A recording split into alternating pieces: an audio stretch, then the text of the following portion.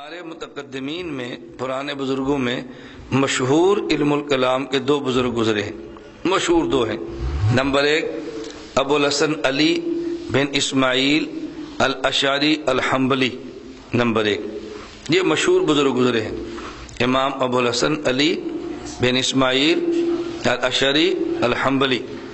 حضرت ابو موسیٰ اشعری رضی اللہ تعالی عنہ کی اولاد میں سے ہیں، 260 ہجری میں پیدا ہوئے ہیں۔ بچپن میں تھے ان کے والد کا انتقال ہو گیا۔ ان کی والدہ محترمہ نے مشہور معتزلی مناظر سے ابو علی جبائی سے نکاح کیا۔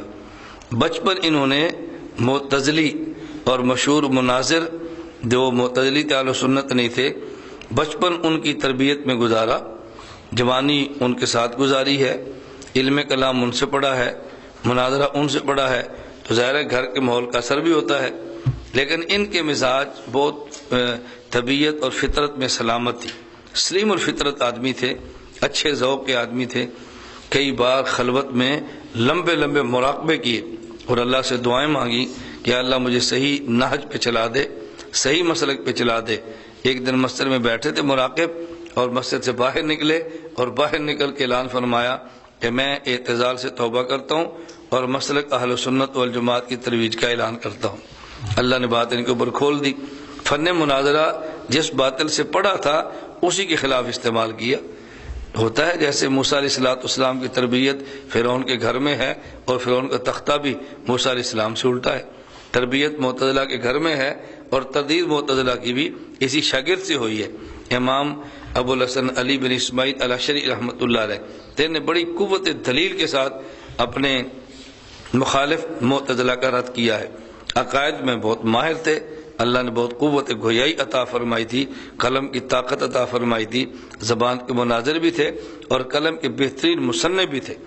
آپ نے کئی ایک کتب لکھی ہیں، بعض کہتے ہیں کہ 300 کتب ان نے تحریر فرمائی ہیں۔ معروف 3-4 کتابیں آپ سب لکھی پڑھی ہیں۔ ان کی کتاب الفصول، الموجز، الفصول اور الموجز، کتاب فی خلق الاعمال، کتاب کبیر فی الصفات، کتاب فی جواز رؤیت اللہ بالابصار، کتاب مختلف ہیں فی الرد علی المجسمہ۔ اس طرح نے کتابیں لکھی ہیں۔ آخر اللہ رب العزت کے ہاں جب جانے کا وقت آیا تو بڑے اچھے انداز میں مسلک کا کام کرتا ہے، اللہ پاک پھر موت بھی بہت اچھی عطا فرماتے ہیں۔ تو حضرت کا انتقال، 300 کے لگ بھگ کتب لکھی ہیں، 260 ہجری میں ان کی وفات ہے، اور 324 میں غالباً ان کا انتقال ہے۔ 324 ہجری میں ان کا انتقال ہوا۔ عقائد میں ماہر تھے، لیکن ماہر ہونے کے باوجود آپ نے تقلید حضرت امام احمد بن محمد بن حنبل کی فرمائی ہے، تقلید پھر بھی فرمائی ہے، مقلد تھے۔ اتنا بڑا علم الکلام کا ماہر، لیکن فروع اور مسائل میں پھر بھی مقلد تھا۔ تعجب یہ ہے کہ اس قدر علم رکھنے والا بندہ وہ تقلید کے بغیر گزارا نہیں سمجھتا، اور آج بندے کے پاس علم قریب سے نہیں گزرتا اور وہ تقلید کی ضرورت کے قائل نہیں ہوتے۔ بڑے بڑے ہمارے مشائخ، آپ اصحاب سیاستہ دیکھ لیں، اور جتنے بڑے ہمارے مشائخ ہیں، ان میں سے تلاش کرنے سے آپ کو ایسا بندہ نہیں ملے گا کہ جو بندہ کسی کا مقلد نہ ہو۔ اللہ ہم یہ باتیں سمجھنے کی توفیق عطا فرمائے۔ اور دوسرے امام جو بہت بڑے ہیں، امام ابو منصور محمد بن محمود ماتوریدی الحنفی، سمرقند کے شہر ماتورید میں یہ پیدا ہوئے، اور اہل سنت والجماعت کے مسلک کی حمایت کی ہے، معتزلہ کی تردید کی ہے۔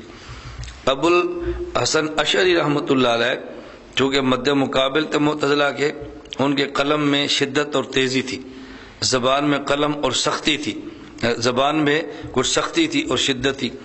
تو امام ابو منصور ماتوریدی نے جہاں معتزلہ کا رد کیا ہے، وہاں وہ عبارات جو ابو الحسن اشعری رحمۃ اللہ علیہ کی تھی، وہ جن کا جواب دلائل سے دینا ذرا مشکل تھا، اس کی اصلاح بھی فرمائی ہے۔ وہ شدت میں تھوڑا سا آگے چلے گئے تھے، ان تحریرات کو بھی اعتدال کے اوپر لائے ہیں۔ یعنی یوں سمجھو کہ مخالف کا رد کیا ہے اور اپنوں میں اعتدال پیدا فرمایا ہے۔ یہ کچھ ان میں فرق ہے، باقی ان کے نظریات میں کوئی فرق نہیں ہے، عقائد دونوں کے ایک طرح کے ہیں۔ امام ابو منصور ماتوریدی یہ مسلکاً امام اعظم ابو حنیفہ رحمہ اللہ تعالیٰ کے مقلد تھے۔ فرو میں امام صاحب کے مقلد تھے، اور باقی عقائد کے اندر ان کے اپنے دلائل، اپنی تعبیرات اور اپنی تشریحات ہیں۔ آگے اس پر جب سوالات ہوں گے نا تو میں انشاءاللہ بات پیش کروں گا۔